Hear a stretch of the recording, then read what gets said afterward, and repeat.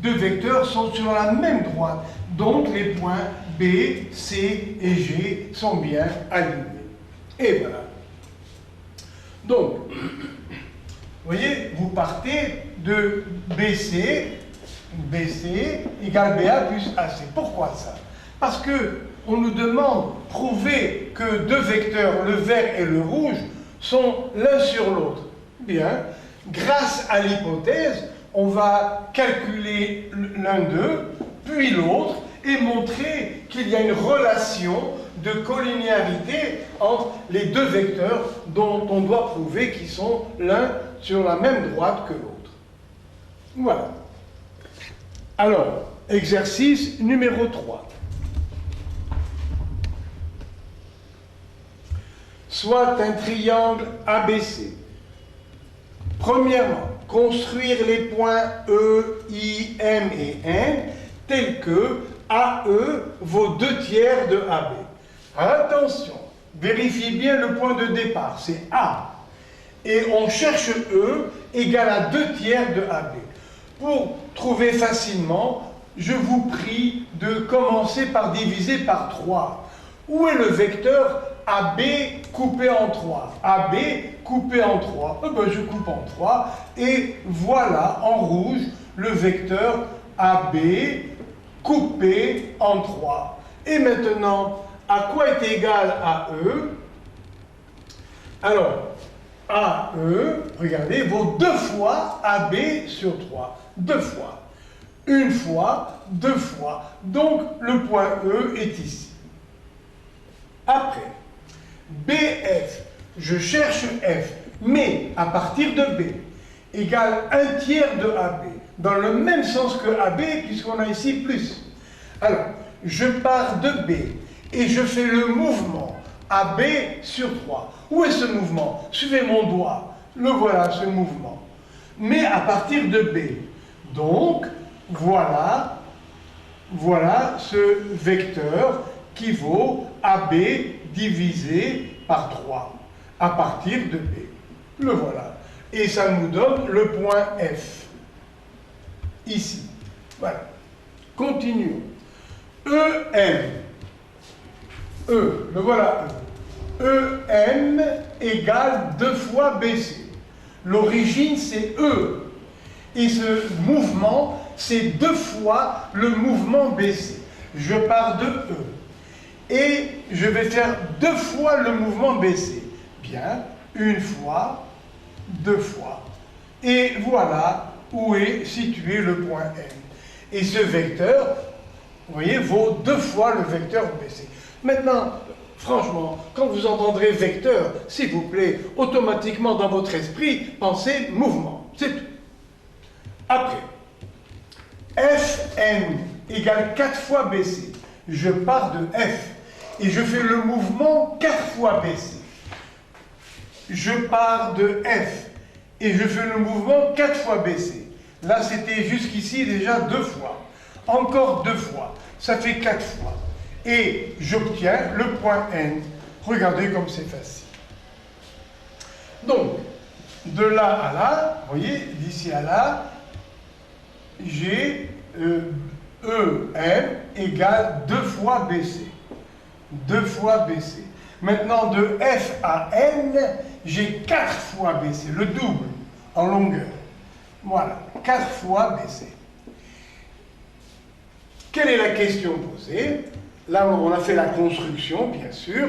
Quelle est la question posée? Les points A, M, N sont-ils alignés? Les 3 points A, M et N sont-ils alignés?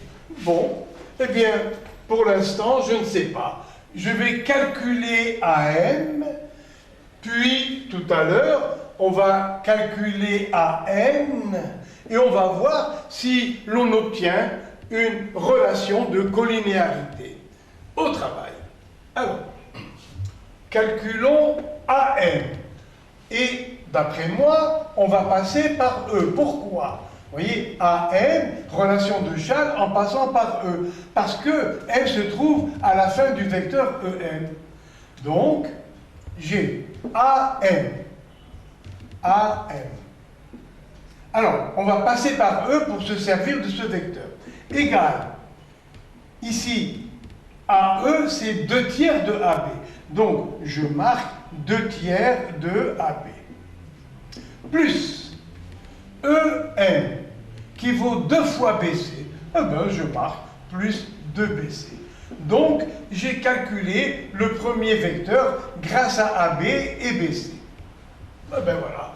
Maintenant, on va le faire pour le vecteur AN. Pareil, AN. N est, vous voyez, sur la fin du vecteur Fn. Donc, je vais passer par F. Je vais calculer AN au brouillon en passant par F. Donc, ça fait AF plus Fn. Par hypothèse, que vaut AF? Alors, regardez, on nous a donné BF. Alors, AF égale AB plus BF. Donc, ça fait AB plus BF. Mais BF vaut 1 tiers de AB. Le voilà.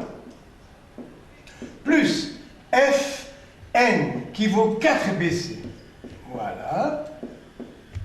Donc, AN égale 1 AB et 1 tiers. 1, c'est 3 tiers. Plus 1 tiers, ça fait 4 tiers de AB. 4 tiers de AB. Plus 4 fois BC. Eh bien, nous tous, nous mourrons d'envie de mettre ce 4 en facteur. Voilà. Il nous chatouille les yeux. Alors, mettons 4 en facteur. Et facteur de quoi? De 1 tiers de AB plus BC. Et si vous regardez un peu en arrière, qu'est-ce que vous trouvez? À quoi est égal? Ah, vous voyez, le 4 ne marche pas. Parce qu'ici, ABC, là, il y en a 2. Pardonnez-moi. On va mettre 2 en facteur. Vous voyez, mon envie de tout à l'heure était fausse. Alors, mettons juste 2 en facteur. Voilà. On ne va pas se jeter par la fenêtre quand on a fait une faute d'étourderie, hein. C'est pas grave. Alors, mettons juste 2 en facteur pour retrouver ce nombre. Alors, 2 facteurs de 2 tiers de AB plus 2 fois BC. Redévelopper pour être tranquille. 2 fois 2 tiers, ça fait 4 tiers. 4 tiers de AB, plus 4 BC, le voilà. Et tout ça pourquoi? Eh bien, regardez la bonne surprise, on a trouvé 2 tiers de AB plus 2 BC. Le voilà, 2 tiers de AB plus 2 BC, c'est-à-dire AN. Donc, AN égale 2 fois ce vecteur qui est égal à AM. Il vaut AM, 2 fois AM. Et voilà la relation de collinéarité. C'est-à-dire, vous dites dans votre devoir, les vecteurs AN et AB sont collinéaires. Mais, comme ils ont le même point commun, A, alors les 3 points A, B et N sont alignés. Et voilà la démonstration. Oui, c'était pas tellement méchant. Bien sûr, dans n'importe quoi de nouveau dans la vie, il faut s'habituer, il faut s'entraîner, il faut se tromper un petit peu de temps en temps, c'est normal, se corriger et avancer. Alors, exercice numéro 4. Soit un triangle ABC. Construire les points I, E, F, tels que, alors, AI égale IC. Tiens, où est ce point I? AI égale IC. Eh bien, ce point I ne peut être que le milieu de AC. Je vous en fais la preuve. I est le milieu, donc ce mouvement AI est dans la même ligne que IC. En plus, I est le milieu de AC, donc en longueur, AI égale IC. Donc en vecteur, AI égale IC. Peut-être que dans d'autres problèmes, vous aurez besoin d'écrire que IA, j'ajoute ça en plus, IA égale moins IC. Ça dépend, vous voyez, de l'exercice qu'on nous donne. En tout cas, si I est milieu de AC, on peut écrire CI égale IA. Tiens, ça ferait la CIA, hein? Après, on peut écrire AI égale IC. Il faut juste faire attention à l'ordre. Et maintenant, si on a besoin de IA et IC, eh bien IA égale moins IC. C'était un petit rajout juste pour vous donner des petites ficelles pour votre entraînement. Alors, AI égale IC, donc I est au milieu de AC. Après, 3CE égale CB. Eh bien moi je vais écrire CB égale, donc CB égale, pardon, je vais écrire CE, voilà, CE égale, parce que c'est E que je cherche, égale 1/3 de CB. Donc, je cherche E. BC est connu, le voilà. Donc, je marque CE égale 1/3 de CB. Son origine, c'est C. Et le mouvement, tout de suite, je passe au mouvement. Je cherche E par la fin du mouvement. Ce mouvement, c'est le tiers de CB. Où est CB? Le voilà, le vecteur CB. Je coupe en 3 et voilà le vecteur, vous voyez, CE qui part de C et qui s'arrête ici au point E. Pourquoi? Eh bien parce que CE vaut 1/3 de CB. Vous avez vu, j'ai été prudent. Premièrement, l'origine, c'est le point C.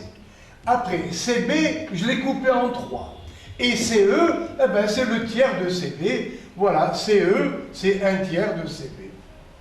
Après, AF égale BA. Je commence au point A, l'origine A. Je cherche F, tel que AF soit égal au mouvement BA. Où est le mouvement BA? Le voilà, le mouvement BA. Mais je le fais à partir de A. Vous voyez, à partir de A. Alors voilà ce mouvement égal à BA, le voilà. Et j'obtiens le point F. Vérifiez, eh bien, le mouvement AF égale le mouvement BA. Et voilà. Alors, maintenant, question, petit b, eh bien, démontrer que les points F, I, E sont alignés. C'est une question qui fait toujours peur aux élèves au début, mais vous avez vu, c'est toujours le même refrain. Alors, F, I, E alignés. Eh bien, on va prendre le vecteur FI ou IF, puis le vecteur IE, et montrer qu'on a une relation de collinéarité. Voilà, comme toujours. Donc, je cherche d'abord FI, disons. FI. Comment? Eh bien, en passant par A, c'est tout ce qu'on a à notre disposition. Parce qu'on a FA et AI. Donc, je mets A au brouillon entre les lettres F et I. Donc, ça fait FA plus AI. Maintenant, FA, j'ai intérêt à mettre AB. Regardez, comme ça on s'accroche à AB, vous voyez, on s'accroche au triangle ABC. Donc, très souvent, on fait apparaître les côtés du triangle, les vecteurs portés par les côtés du triangle. Donc, FI égale, au lieu de FA, je mets AB dans le même sens. Donc, ça fait AB. Plus AI. Bon, ça fait AC sur 2. AI vaut la moitié de AC. C'est-à-dire AC divisé par 2. Je pense que ça va servir. Maintenant, FIE. Donc, je vais calculer IE en passant par C. Alors, calculons IE. J'ai respecté quand même le sens. J'ai d'abord pris FI, puis maintenant IE. Si j'avais commencé par IF, j'aurais calculé après EI. Soit les deux vers le bas, soit les deux vers le haut. Alors, IE, nous allons passer par C. Ça fait, d'après la relation de Chade, oui, ici on ne peut pas passer par B parce qu'on n'a pas IE. Alors, relation de Chade,